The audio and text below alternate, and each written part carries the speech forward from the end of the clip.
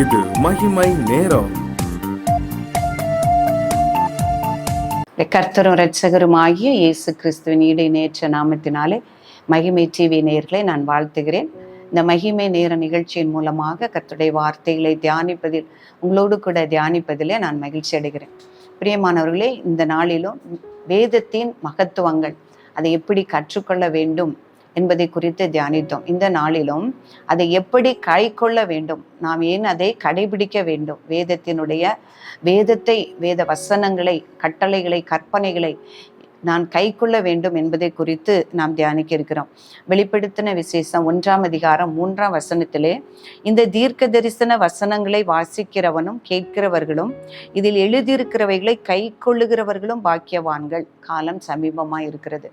பிரியமானவர்களே, வேத வசனங்கள் எல்லாமே தீர்க்க தரிசனங்கள், கட்டளைகள், கற்பனைகள், நியமங்கள் எல்லாவற்றையும் அதை வாசிக்கிறவனும் அதை கேட்கிறவனும் அதை கடைபிடிக்கிறவர்களும் பாக்கியவான்கள் என்று எழுதப்பட்டிருக்கிறது. அவருடைய கற்பனைகளை கை கொள்ளாதவர்கள் பொய்யன் என்றும் வேதத்தில் எழுதப்பட்டிருக்கிறது. நான் அவருடைய வார்த்தைகளை அறிந்து நான் கற்றுக்கொண்டேன், என்னுடைய ஞானத்தினால் கற்றுக்கொண்டேன் என்று சொல்வதை விட நம்மை தாழ்த்தி நம்முடைய இருதயத்திலே நிறுத்தி அதை கை கொள்ளுகிறவர்கள் பாக்கியவான்கள். அந்த வேதத்தை அறிந்திருந்தாலும் அதை கை கொள்ளாதவர்கள் பொய்யர்கள் என்று எழுதியிருக்கிறது. யோவான் 2ஆம் அதிகாரம் 4ஆம் வசனத்திலே, அவரை நாம் அறிந்திருக்கிறோம் என்று சொல்லியும் அவருடைய நியமங்களையும் கட்டளைகளையும் நாம் கை கொள்ளாமல் போனால் நாம் பொய்யனாய் இருப்போம் என்று எழுதியிருக்கிறது.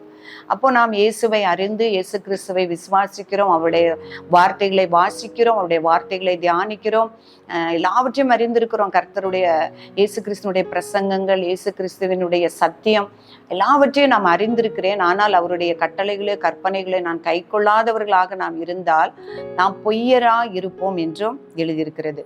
இப்போ இன்னும் ஒரு காரியத்தை யாக்கோபு சொல்லுகிறார், நியாயப்பிரமாணம் முழுவதையும் நாம் அறிந்திருந்தோம், நியாயப்பிரமாணத்தில் ஏதாவது ஒன்றையாகிலும் நாம் கை கொள்ளாதிருந்தால் நாம் எல்லாவற்றிலும் குற்றவாளியா இருப்போம் என்று எழுதியிருக்கிறது. பெரியமானவர்களே, எல்லாவற்றையும் நான் அறிந்திருக்கிறேன், எல்லாவற்றையும் நான் கடைபிடிக்கிறேன் என்று ஏதாவது ஒன்றிலே நாம் கடைபிடிக்காமல் இருந்தால், அதை கை கொள்ளாமல் இருந்தாலும் நாம் குற்றவாளிகளாக இருப்போம் என்று எழுதியிருக்கிறது. அப்போ இதெல்லாம் நாம் அறிந்து என்ன செய்ய வேண்டும், நாம் கற்றுக்கொண்டு நம் இருதயத்திலே நிறுத்தி அதை கடைபிடிக்க வேண்டும், அதை கை கொள்ள வேண்டும். பரிசுத்தாவியானவருடைய துணையோடு அவருடைய கற்பனைகளையும் கட்டளைகளையும் நான் கை கொள்ளும் பொழுதுதான் நாம் பாக்கியவான்களாக இருப்போம்.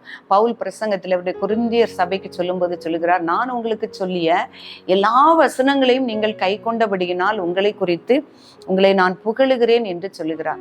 அப்போ நம்ம கேட்கிற, நம்மை வாசிக்கிற எல்லா கட்டளைகளையும் கற்பனைகளையும் நாம் உடனே என்ன செய்ய முடியாது, கை கொள்ள முடியாது. பரிசுத்தாவியானவருடைய பலத்தோடு தான் நாம் என்ன செய்ய முடியும், அதை கை கொள்ள முடியும்.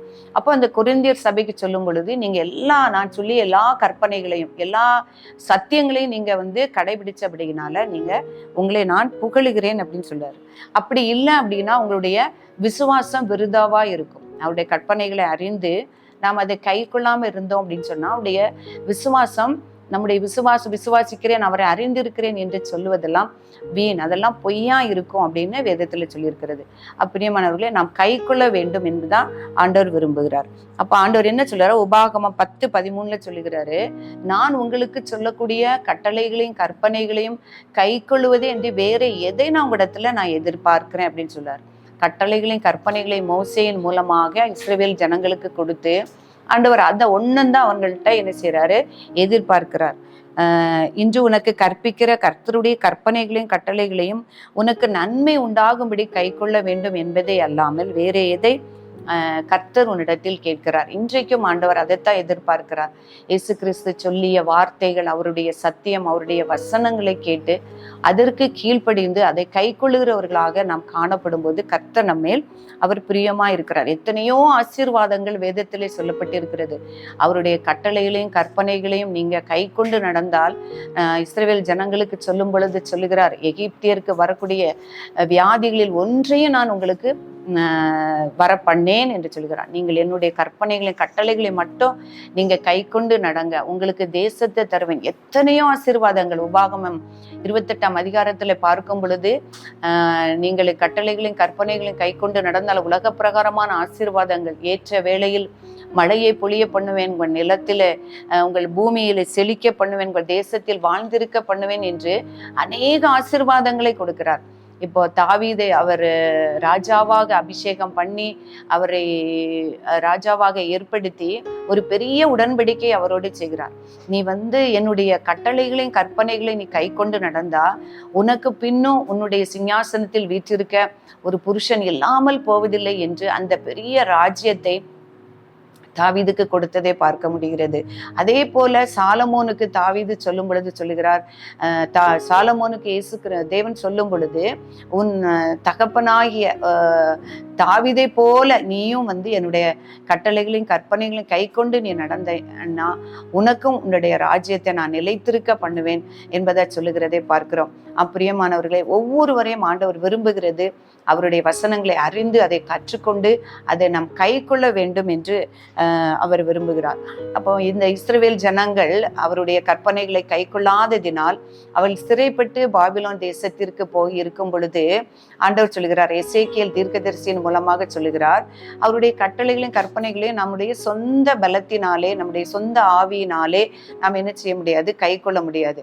அவ்வளவு இரக்கம் உள்ள தேவன் சொல்லுகிறார், நான் அவர்களுக்கு என்ன செய்வேன், புதிய ஆவி அவருடைய உள்ளத்திலே கொடுப்பேன், என் கற்பனைகளை கை கொள்ளும்படியாக எனக்கு கீழ்ப்படும்படியாக புதிய ஆவியை கொடுத்து அவர்களுக்கு உண்டான அந்த கட்டளைகளை மீறத்தக்க அந்த கடின இருதயத்தை எடுத்து நவமான இருதயத்தையும் சதையான இருதயத்தையும் கொடுப்பேன். அப்போ அவங்க என்னுடைய கட்டளைகளையும் கற்பனைகளையும் கை கொள்ளுவாங்க அப்படின்னு சொல்றாங்க. அதே போல பிரியமானவர்களே, இன்றைக்கும் பரிசுத்த ஆவியானவர் நம்மில் வாசமா இருந்து நம்முடைய இருதயத்திலே இந்த கடினமான இருதயத்தை மாற்றி சதையான இருதயத்தை நவமான இருதயத்தை நமக்குள்ளே தரும் பொழுது அந்த இருதய பலகையிலே அவருடைய கட்டளைகளை எழுதும் பொழுது நாம் அவருடைய கட்டளைகளுக்கு கீழ்ப்படிந்து அவருடைய கற்பனைகளுக்கும் கீழ்ப்படிந்து நடக்க முடியும். அந்த உணர்வு ஒவ்வொருவருக்கும் ஆவியானவரே கொடுக்கிறார். ஆவியானவர் புதிய ஆவி உங்களிடத்திலே வரும். அந்த புதிய ஆவி உங்களுடைய கல்லான இருதயத்தை எடுத்து சதையான இருதயத்தை கொடுத்து அவருடைய கற்பனைகளை கை கொள்ளும்படி செய்வேன் என்று சொல்லுகிறார். இன்றைக்கும் அதே ஆவியானவர் நம்ம ஒவ்வொருவருக்குள்ளும் வாசம் பண்ணுகிறார். நம்முடைய வார்த்தைகளை வாசிக்கும் பொழுது ஆவியானவரை இந்த வார்த்தைகளுக்கு செவி கொடுக்கவும் இதை கற்றுக்கொள்ளவும் இந்த வார்த்தைகளுக்கு கீழ்ப்படியவும் எனக்கு உதவி செய்யும் என்று வேண்டிக் கொள்ளும் பொழுது நாம் ஒவ்வொருவரும் அந்த கற்பனைகளை கை கொள்ளும்படியாக தேவன் கிருபை செய்வார். நாம் ஜெபிப்போம். கிருபை நிறைந்த எங்கள் அன்புள்ள ஆண்டவரே, உம்மை துதிக்கிறோம், உம்மை மகிமைப்படுத்துகிறோம், உம்மை கனப்படுத்துகிறோம். இந்த நேரத்திற்காக தேவரீர் உமக்கு நன்றி செலுத்துகிறோம். ஆண்டவரே ஸ்தோத்திரம். ஒரு மகிமையான நேரத்திலே கர்த்தாவே உம்முடைய வசனங்களை தியானிக்கும்படியாய் எங்கள் ஒவ்வொருவருக்கும் பாராட்டின கிருபைக்காக தேவரீர் உமக்கு நன்றி செலுத்துகிறோம். அப்பா, உம்முடைய வார்த்தையை கற்றுக்கொள்ளவும் நம்முடைய வார்த்தைகளுக்கு கீழ்ப்படியவும் கடைபிடிக்கவும் ஆவியானவர் எங்கள் ஒவ்வொருவருக்கும் உதவி செய்யும்படியாய் ஜெபிக்கிறேன். அநேக காரியங்களை தியானிக்க கர்த்தர் நீர் உதவி செய்தீர். அதே போல் அப்பா, புதிய ஆவி எங்கள் இருதயத்திலே தந்து கல்லான இருதயத்தை எடுத்து சதையான இருதயத்தை கொடுத்து தகப்பனே உடைய வார்த்தைகளுக்கு கீழ்ப்படியவும் கை கொள்ளவும் ஒவ்வொருவருக்கும் அனுக்கிரகம் பண்ணும்படியாய் நாங்கள் ஜெபிக்கிறோம். சுவாமி அப்பா, உம்முடைய கரத்தில் ஒப்பு கொடுக்கிறேன், என்னை தாழ்த்துகிறேன். இயேசு கிறிஸ்துவின் நாமத்தில் ஜெபிக்கிறோம் நல்ல பிதாவே.